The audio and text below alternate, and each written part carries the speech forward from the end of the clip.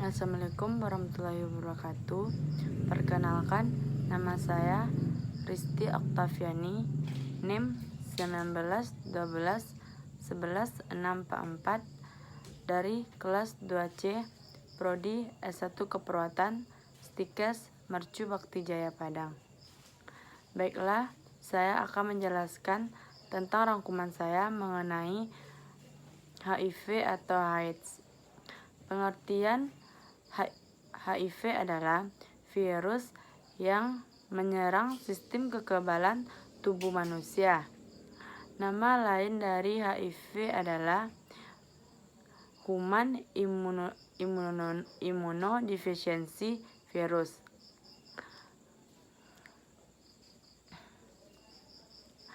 Jika virus HIV sudah menyerang sistem kekebalan tubuh manusia dan tidak diobati, maka keadaan itulah yang dinamakan dengan HIV. Kemudian, infeksi HIV atau infeksi dari penyakit HIV yang tidak sengaja ditandangi akan berkembang menjadi kondisi serius yang disebut dengan AIDS atau Acquired Immune Deficiency Syndrome. AIDS merupakan stadium akhir dari infeksi virus HIV. Tahap ini, kemampuan tubuh untuk melawan infeksi sudah hilang sepenuhnya. Sampai saat ini, belum ada obat untuk menangani kasus dari penyakit HIV atau AIDS. Akan tetapi, ada obat untuk memperlambat perkembangan penyakit tersebut dan meningkatkan harapan hidup untuk penderita HIV. Kemudian, tipe-tipe HIV. Virus HIV terbagi menjadi dua tipe utama, yaitu HIV 1 dan HIV 2. Kemudian, masing-masing tipe terbagi lagi menjadi beberapa subtipe. Pada banyak kasus, infeksi HIV disebabkan oleh HIV 1 90%. Di antaranya adalah HIV 1 subtipe M. Sedangkan HIV 2 diketahui hanya menyerang sebagian kecil individu, terutama di Afrika Barat. Kemudian, infeksi HIV juga disebabkan oleh lebih dari satu subtipe virus, terutama bila seseorang tertular lebih dari satu orang. Kondisi ini disebut dengan superinfeksi. Meski kondisi ini hanya terjadi kurang dari 4% penderita HIV. Kemudian ada faktor-faktor yang mempengaruhi terjadinya penyakit HIV atau AIDS. Pertama yaitu pada anak-anak usia muda.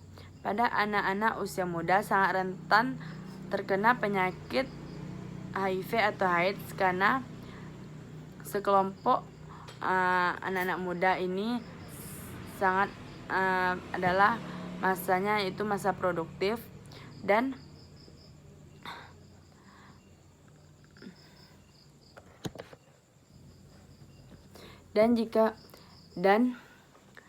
kenapa kelompok usia muda juga berisiko tinggi terhadap penularan HIV atau AIDS. Menurut data Kemenkes 2020 mengenai penularan HIV atau penyakit AIDS, banyak orang yang mengalaminya itu sebanyak 543 orang, yaitu 70%-nya dari laki-laki dan 30%-nya yaitu dari perempuan atau wanita. Kemudian kedua itu pada ibu rumah tangga atau ibu menyusui.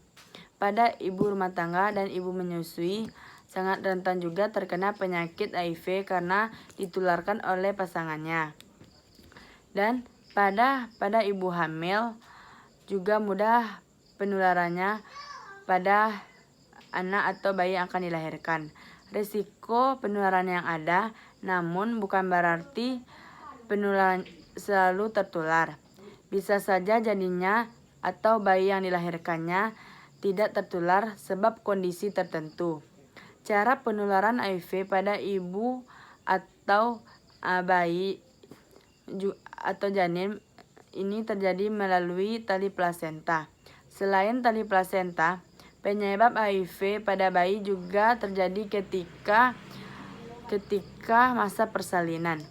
Secara tidak sengaja atau sengaja, darah atau cairan tertentu yang dimiliki oleh ibu yang positif terkena HIV akan masuk ke dalam tubuh bayi atau anak yang dilahirkan. Kemudian, penularan HIV juga terjadi pada orang yang menggunakan jarum suntik secara bergantian. Alat suntik pun juga menyebabkan penularan HIV. Pasalnya, cairan tubuh dapat tersisa dalam jarum suntik, makanya sanititas jarum suntik perlu diperhatikan. Bahkan kegiatan medis pun sejenis yang dibutuhkan alat ini harus menggunakan jarum suntik yang baru dan tidak boleh penggunaan jarum suntik bekas. Umumnya, cara penularan HIV ini terjadi pada penggunaan orang-orang yang menggunakan obat-obat terlarang seperti narkoba. Mereka berbagi jarum suntik untuk menggunakan narkoba atau barang-barang terlarang secara bersamaan. Ketika jarum tersebut dipakai oleh pemakaian narkoba, pengguna narkoba lainnya juga menggunakan jarum yang sama. Itulah yang menyebabkan terjadinya atau terinfeksinya virus HIV. Selain jarum suntik, jarum lainnya juga memiliki risiko yang sama, misalnya seperti jarum-jarum yang dilakukan oleh orang yang suka memakai tatoan. Kemudian, HIV juga tertular melalui transfusi darah. Di dalam kegiatan medis, penularan HIV dapat juga terjadi melalui transfusi darah. Hal ini disebabkan adanya pertukaran atau percampuran atau proses lainnya yang melibatkan kontak cairan darah. Beberapa di antaranya adalah donor darah yang dilakukan oleh pendonor positif HIV atau transfusi darah yang tercemar virus HIV.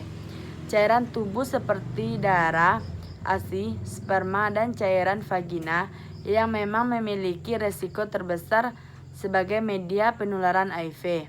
Kemudian, HIV juga mudah terkena pada orang yang suka gonta-ganti pasangan atau hubungan seks. Sesuai dengan ragam jenis penyakitnya, yakni penyakit penularan seks. HIV juga ditularkan melalui hubungan seksual. Adanya kontak terhadap sperma dan cairan vagina akan meningkatkan risiko penularan virus HIV. Kegiatan seks oral pun termasuk pada kasus tersebut. Memang masalah semacam ini dapat diatasi dengan alat kontrasepsi, tetapi risiko lainnya masih ada. Salah satunya itu luka pada daerah kelamin. Kemudian,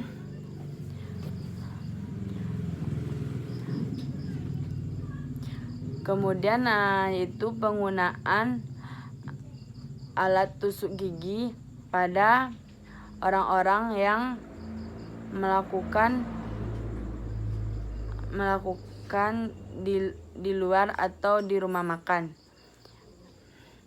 Kemudian penyakit HIV atau AIDS juga sangat mudah tersebar karena virus.